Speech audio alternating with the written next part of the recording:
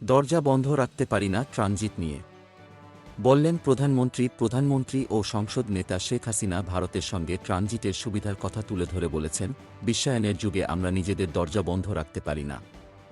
আজ পৃথিবীটা global village, একে অপরের উপর নির্ভরশীল ব্যবসা বাণিজ্য যোগাযোগে দরজা বন্ধ করে থাকা যায় না। সারা বিশ্বের সঙ্গে একটা যোগাযোগ হচ্ছে। আমরা নেপাল ভুটানের সঙ্গে ট্রানজিট করেছি ভারতে। এটি তো কোনো একটি দেশের জন্য নয়, আঞ্চলিক ট্রানজিট সুবিধা এবং যোগাযোগ সুবিধার জন্য করা হয়েছে। প্রধানমন্ত্রী আরও বলেন, আমাদের ট্রান্সএশিয়া হাইওয়ে, ট্রান্সএশিয়া রেলের সঙ্গে যুক্ত হতে হবে।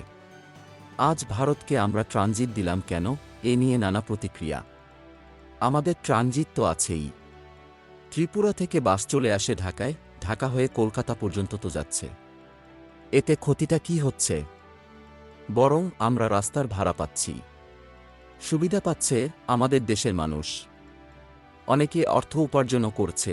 বুধবার দ্বাদশ জাতীয় সংসদের 2024-25 অর্থবছরের বাজেট অধিবেশনের সমাপনী বক্তব্যে প্রধানমন্ত্রী শেখ হাসিনা এসব কথা বলেন। এ সময় তিনি বলেন, আজ আমরা নেপাল, ভুটান, ভারত, বাংলাদেশ এ 4 দেশ প্রতিটি দেশের সঙ্গে যোগাযোগ ব্যবস্থা, ট্রানজিটের ব্যবস্থা করছি।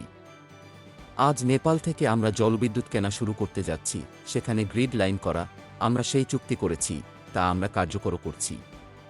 1965 সালে ভারত পাকিস্তান যুদ্ধের পর থেকে যেসব রেলপথ, নৌপথে যোগাযোগ বন্ধ ছিল, সেগুলো আমরা উন্মুক্ত করে দিচ্ছি।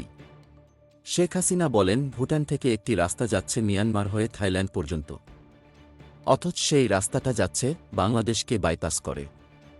বাংলাদেশ বিশ্বের মধ্যে যে রোড হচ্ছে তা থেকে বিচ্ছিন্ন, কেন আমরা বিচ্ছিন্ন থাকব? ভারত চাচ্ছিল ভুটান থেকে রাস্তাটা বাংলাদেশ, ভারত, মিয়ানমার হয়ে থাইল্যান্ড যাবে। আন্তর্জাতিকভাবে ব্যবসা বাণিজ্য, যোগাযোগ সবকিছু কত সুবিধা হতো, সেটিও খালেদা জিয়া নাকচ করে দিয়েছিলেন। এই হলো অবস্থা। প্রথমবার সরকারে এসে অনেক চেষ্টা করেছিলাম, কিন্তু আমরা যুক্ত হতে পারিনি। ভারত থেকে পাইপলাইনে তেল নিয়ে আসার কথা উল্লেখ করে প্রধানমন্ত্রী বলেন, আমরা আসামের রুমালিগড় থেকে পাইপলাইনে তেল নিয়ে এসেছি। পার্বতীপুর ডিপোতে সেই তেল আসছে। ক্ষতিটা কি হয়েছে? বরং আমরা সস্তায় কিনতে পাচ্ছি। আমাদের দেশের জন্য ওই অঞ্চলের মানুষের চাহিদা আমরা পূরণ করতে পারি।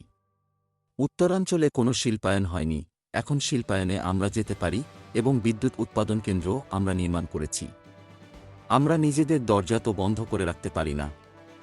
এটিই তো কথা। খালেদা জিয়া মিয়ানমার থেকে গ্যাস আনার সুযোগ নষ্ট করেছেন জানিয়ে প্রধানমন্ত্রী বলেন, কি সমস্যা দেশের জন্য করেছে দেখেন। মিয়ানমারে সেখানে গ্যাস ফিল্ডের গ্যাস ভারত, চীন, জাপান সবাই চাচ্ছে। এই গ্যাসকে বাংলাদেশের ভেতর থেকে ভারতে নিয়ে যাবে। এই নিয়ে যাওয়ার সময় এই গ্যাস থেকে আমরা একটা ভাগ নেব। তাহলে পার্বত্য চট্টগ্রাম সহ ওই এলাকায় আমাদের গ্যাসের কোনো অভাবই হতো না। খালেদা জিয়া সেটা নিতে দেয়নি। কেন দেয়নি? তিনি বলেন, আজকে সেই গ্যাস নিচ্ছে চীন, আর কোনো দেশ তো নিতে পারছে না। আমরা সরকারে আসার পর কথা বলেছিলাম মিয়ানমারের সঙ্গে আনতে পারি কিনা, কিন্তু তা সম্ভব নয়। তারা ইতোমধ্যে দিয়ে দিয়েছে। Golam Mustafa, desk report, BE news, Dhaka.